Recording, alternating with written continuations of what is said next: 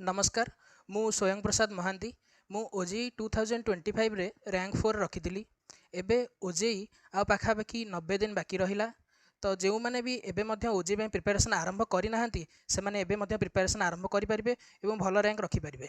एथिपाई एबे यही कम समय मध्य निजे केमती टाइम मैनेजमेंट करवा एवं निज पढ़ाटे को किपरि प्रॉपर रोडमैप सहित एवं भल गाइड सहित यह ओजेई केमती भल हम जानापी मुझे कहबी ताहले गोटे भल गाइड हूँ आई क्लासेस। एठी बहुत एक्सपीरियंस टीचर अच्छा एवं 20 इयर्स है यह ओजेई प्रिपरेशन दे आसूची। तो एबे आउ केते समय अच्छी सेटा न भावी निजे किपरि प्रिपरेशन करिवो एवं एई कम समय मध्य केमिति तमे निजर वीकनेसटा जानिबो ताकू रेक्टिफाई करिवो एवं भल किपरि करिवो से विषय भाबा दरकार। भूल होउची कोटा सेटा किछि असुविधा नै, सेटा तमे एई समय मध्य ठीक करि परिबो। तो कौन कौन तुम वीकनेस रोचे एवं स्ट्रेंथ जानी से अनुसार तुम वीकनेसटा को अधिक टाइम दे प्रिपरेशन कले तुम निहाती इम्प्रूवमेंट सेटा कर पारिबो।